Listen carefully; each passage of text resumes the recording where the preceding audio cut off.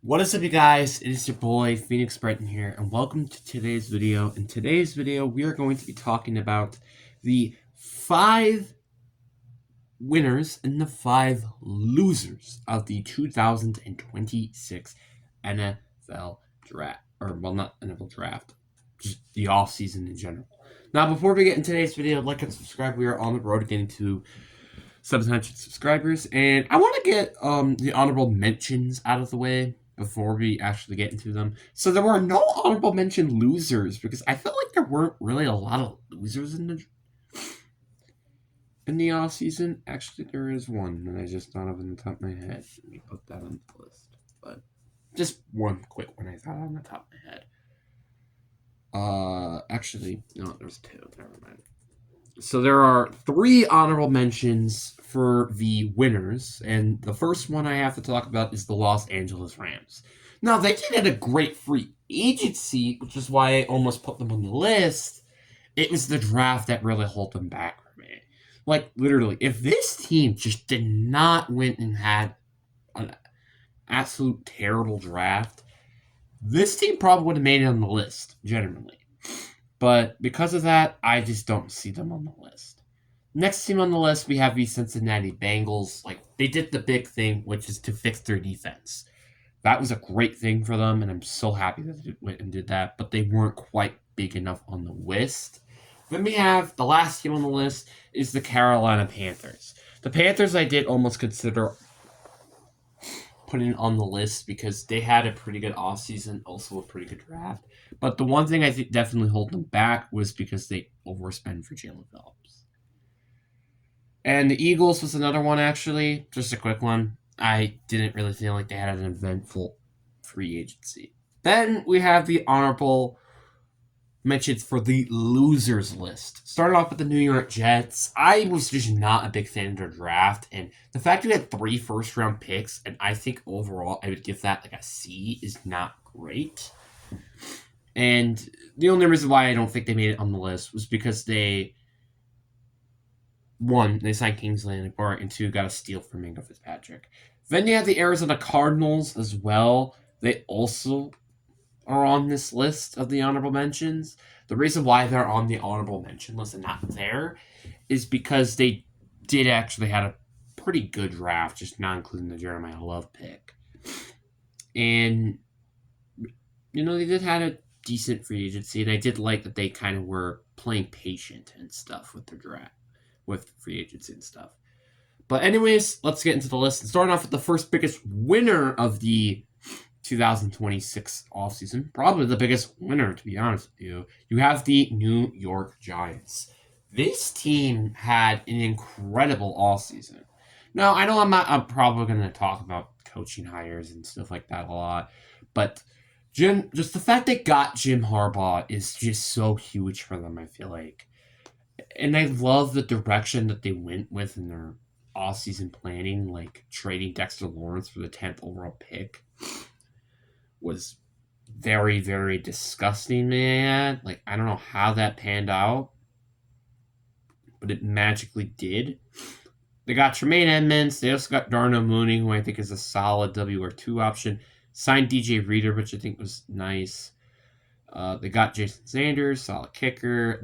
And then they got a lot of Ravens players like Isaiah Likely to come and fill in some needs. I didn't know they signed Calvin Austin. That's not a bad signing either.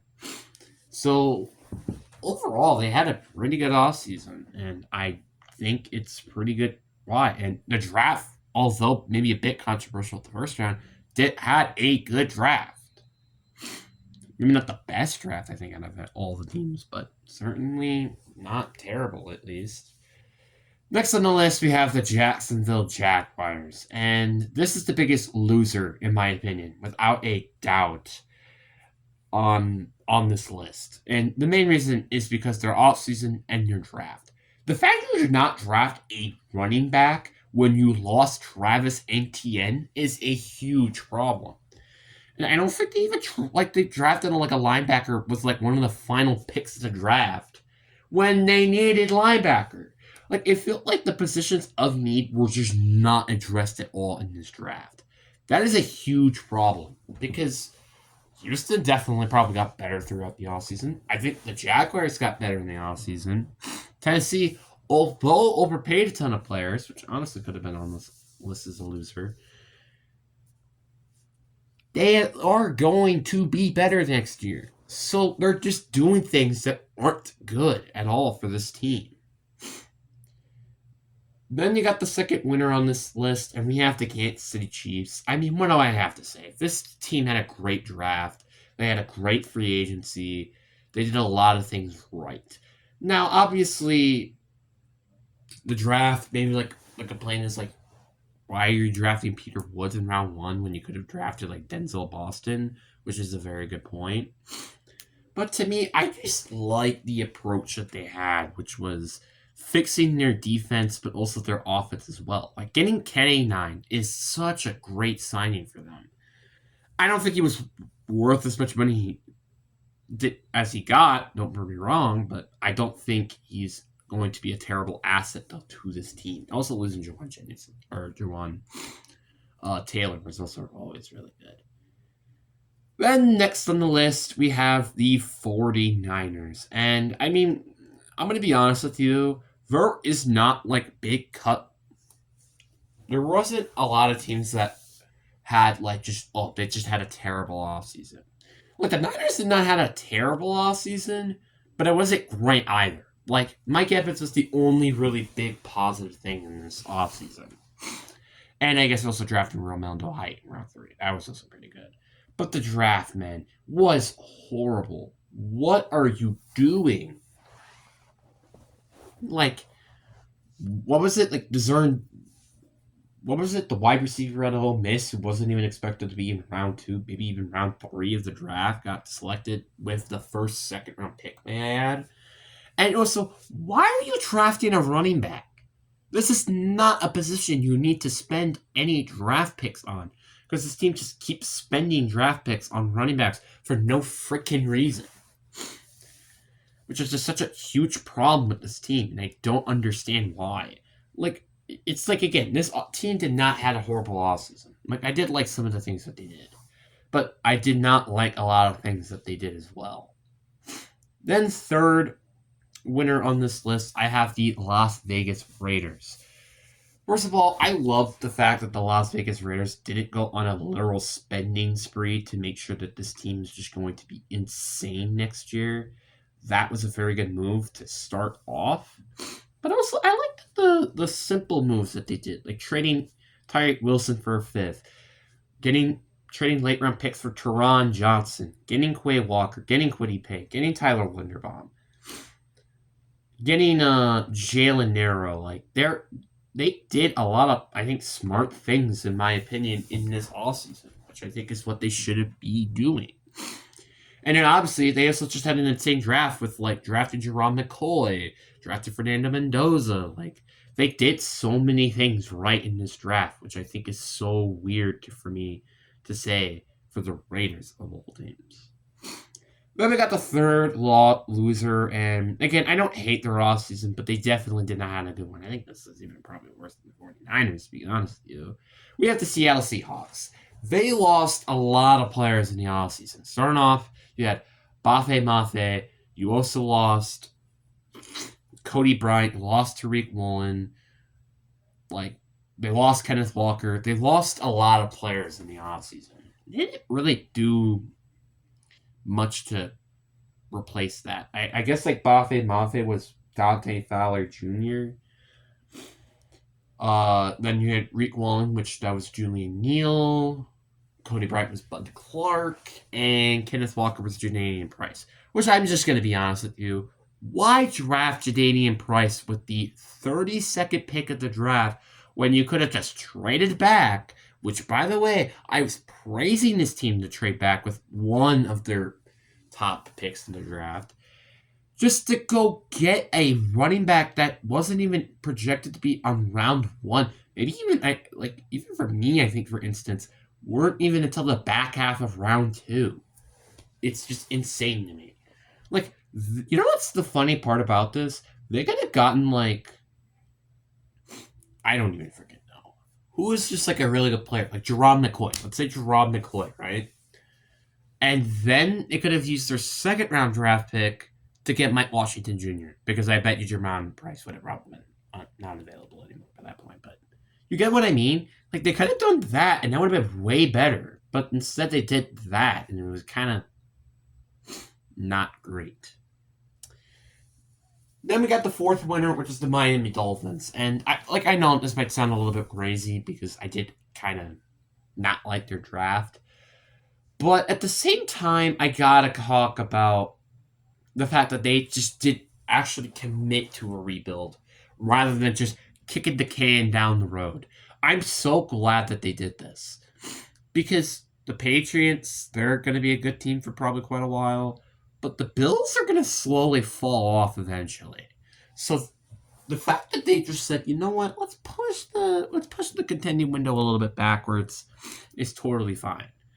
Like, I like the fact they went and traded Jalen Waddle, cut Tyreek Hill, did all the things I think were necessary to do.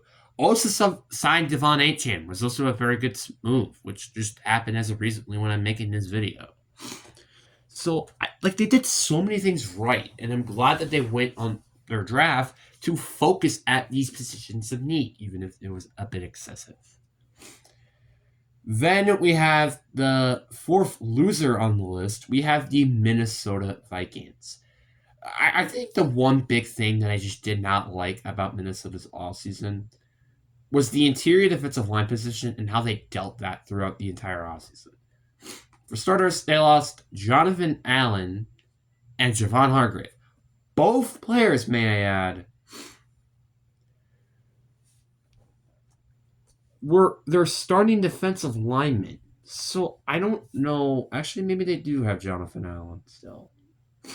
Look. Do they still have Jonathan Allen?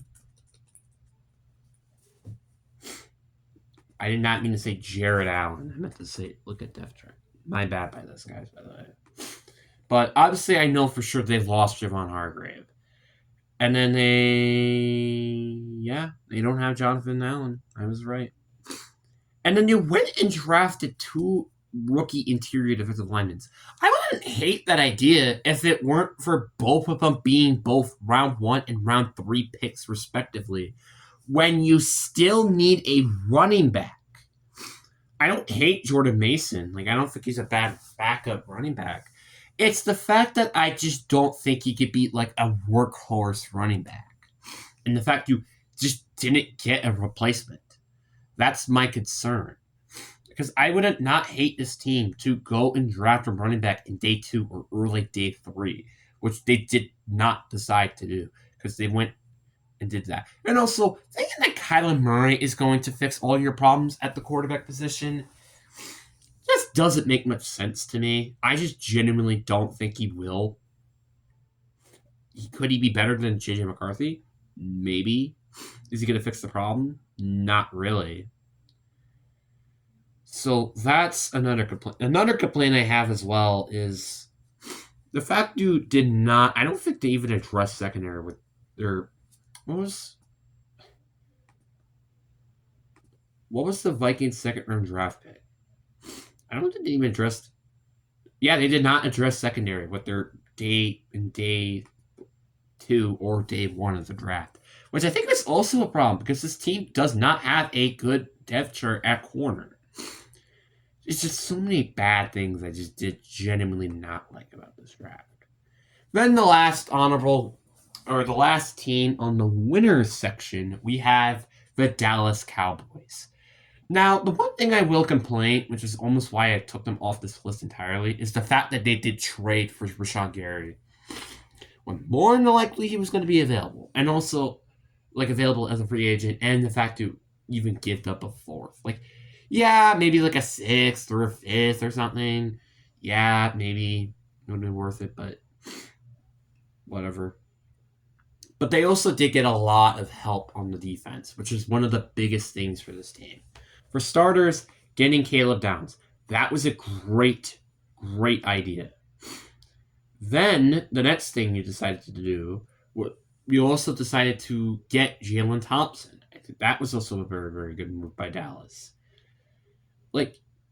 they just did so many good things, and they also extended Javonte Williams, franchise tag, George Pickens. Like, they did so many things right that I feel like the Cowboys don't normally do, which is why I say this team did such a good job in this free agency, which is not something I would normally say to this team. Also signed MVS, which I'm going to be horrible.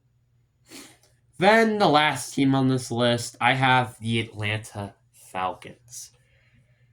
This team is a very interesting team because, like, I don't genuinely hate their head coach hire. I just hate kind of almost everything else they did. First of all, drafting Isaiah Branch. I was not a big fan of that pick, and I still don't think it is a good idea.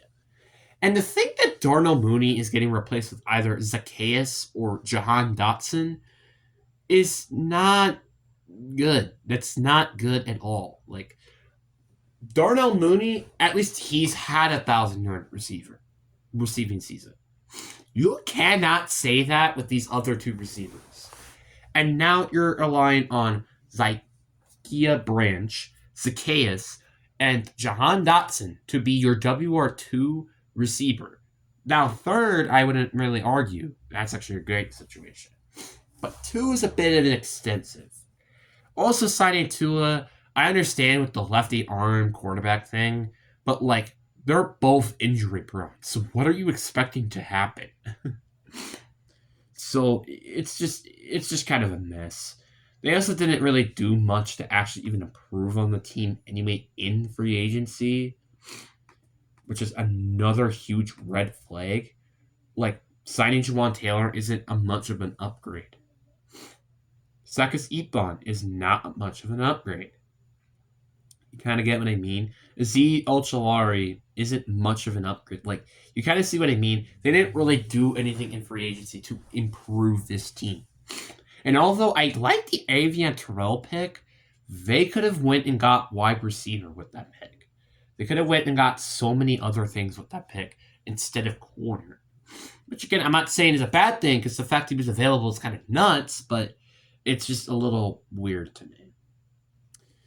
But anyways, guys, that is all I have for today's video. I hope you guys enjoyed this video. Peace.